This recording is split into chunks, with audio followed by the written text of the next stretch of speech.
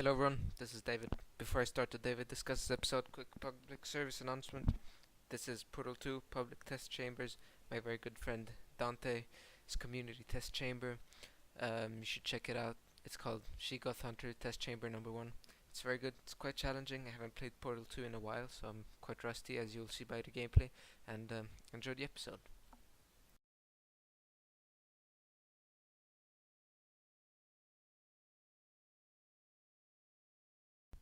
Hello everyone, my name is David, and this is the first featured episode of David Discusses, a series where I try to form cohesive sentences about the latest topics in nerd culture. In this first episode, I'll tell you about myself and my part within MDD Botti 727, as well as talk to you about the latest in TV shows. As you all know by now, my name is David. I was born in Stockholm in January of 1996, meaning I will soon be able to play R-rated games.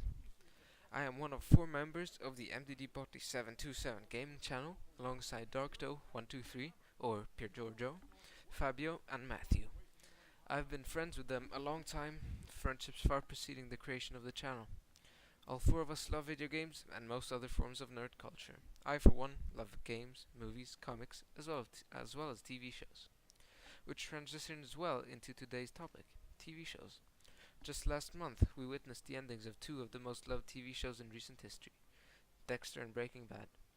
This month, we also saw the first episode of Marvel's new show, Agents of S.H.I.E.L.D., which ties into the Marvel Cinematic Universe.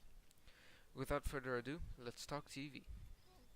And I hope this goes without saying, spoilers ahead. Let's first talk about the 2 TV shows that ended, Dexter and Breaking Bad. To be honest, I was disappointed with both finales. Dexter's because it was downright terrible, and Breaking Bad because I don't think it delivered as much as I had expected from such amazing 5 seasons. So, Dexter first. We all know that after season 4 things worsened for the show. The plot started going in circles and nothing seemed to move forward. However, the show did pick up in season 7, following the event of Deborah finding out Dexter's true side. Season 7 is Deborah's downfall. It was a story arc that was really interesting to follow as it delivered new dimensions to the characters we thought we already knew. Also, 7th season also introduces the beautiful Yvonne Strahovski as Dexter's new blonde girlfriend, Hannah McKay. I liked her character much more than that mess that was Lumen Pierce in season 5. I'm sliding off track, sorry. As I was saying, I really liked season 7, especially the ending where Deborah is forced to make a decision between shooting Dexter or LaGuardia. She ends up killing LaGuardia, blah blah blah. Fast forward season 8. Deborah and Dexter are friends again for no reason. Oh, sorry, the psychiatrist Vogel. The ending of season 8 and what was bad. It really doesn't give the show a definitive ending. It didn't give me resolution, it just felt the ending of a season rather than a finale.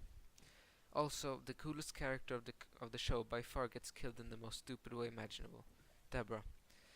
I understand that a series finale should have a death, and I'm fine with it being Deborah, but having her killed by a blood clot transforming her into a vegetable? No, just no.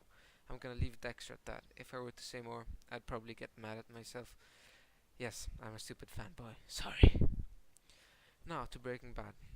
I'm automatically going to assume that all of you have either watched Breaking Bad and its finale and want to hear what I'm going to say, or that you're watching this not caring because you don't care about Breaking Bad and don't care about spoilers.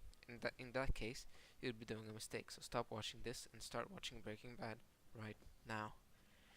As I said, I was a bit disappointing with the ending, not because I thought it was bad, but because I don't think it lived up to the greatness that was Breaking Bad seasons 1 through 5.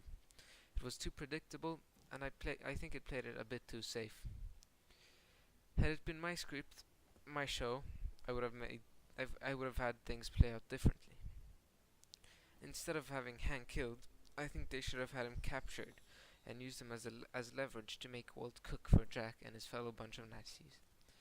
Walt decides to do as the Nazis say out of love for Hank, so Jesse and Walter are now cooking for the Nazis whilst captured. Jesse tries to escape, but they catch him and kill Andrea in front of him. At this point, Jesse has nothing left to lose, so decides to kill himself using the lab equipment in the lab, but after reconnecting with Walt. who tried to convince him not to kill himself. As Hank is still alive, he manages to get the police to the Nazi hideout. Freed by the DEA and the Nazis being out of the picture, the show ends with Walter dying of lung cancer in the prison's medical facility. This is how I'd like to have seen the show end. It would have been more surprising to see Jesse die as he was the moral center of the show. Maybe I disagree. You probably disagree. I know most people like the ending, but to each his own. So, let's move on. Let's proceed to Marvel's Agent of S.H.I.E.L.D. As I've only seen the first episode, I'll try to keep this short. As I said, I'm a big fan of comics and most other fiction centered around superheroes, so needless to say, I was very much looking forward to this show. However, I do have mixed feelings about the pilot episode. The show doesn't do a very good job of introducing us to the new characters, but it does set up intrigue early on concerning Coulson's return. The pilot episode's plot was pretty lackluster, focusing on something to do with extremists and something called Centipede, which isn't really explored as much as it should have. However, the show is wonderfully campy and well acted, but I do not recommend watching it for someone who didn't like the Avengers or any other Marvel cinematic movie. As I am a big fan, I did like it. Thank you for listening. David out.